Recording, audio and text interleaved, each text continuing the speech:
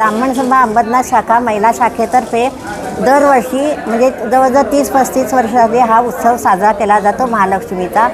यात कोकणस्थांच्यात महालक्ष्मी पूजन असतं पहिली 5 वर्ष। मुलीचं लग्न झालं की 5 वर्ष तिनं पूजा करायची असते आणि सकाळी मुली ज्या 5 वर्षाच्या असतात म्हणजे 5 वर्ष लग्नाला झालेली असतात तर त्यांची सकाळी पूजा झाली, त्यांनी मांडलेली आहे तिथे आणि संध्याकाळी आपण देवीचा तांदळाच्या पिठाचा मुखवटा करतो आणि तो उभारला जातो आणि संध्याकाळी त्याची पंचोपचारी पूजा केली जाते आणि आरती केली जाते। अशा आणि 7 ते 10 पर्यंत हा कार्यक्रम आपण साजरा करतो आणि हा उपक्रम आमचा जवळजवळ 30 ते 35 वर्ष इथे चालू आहे। जवळजवळ 30 ते 40 वर्षापासून आमचा हा महालक्ष्मी पूजन सोहळा चालू असतो आणि भरपूर भाविक या इथे आपली मनोकामना पूर्ण करायला येत असतात। ब्राह्मण सभेतर्फे दरवर्षी हा सोहळा साजरा करण्यात येतो।